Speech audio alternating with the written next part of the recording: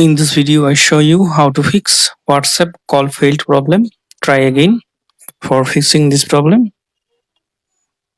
go to Play Store, search for WhatsApp.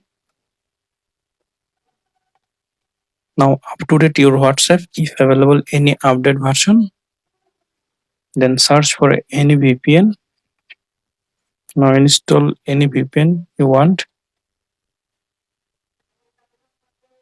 Then go to settings. Then go to apps. Then go to see all apps. Now find out. Then search WhatsApp. Tap on it. Tap on force stop. Then OK. Now tap on storage and cache. Clear cache. Now open VPN app. Accept.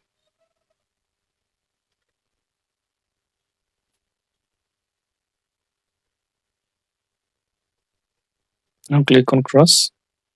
Then click on connect. Then OK. Now open WhatsApp.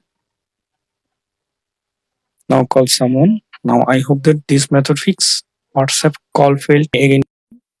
Thanks for watching. Don't forget to subscribe.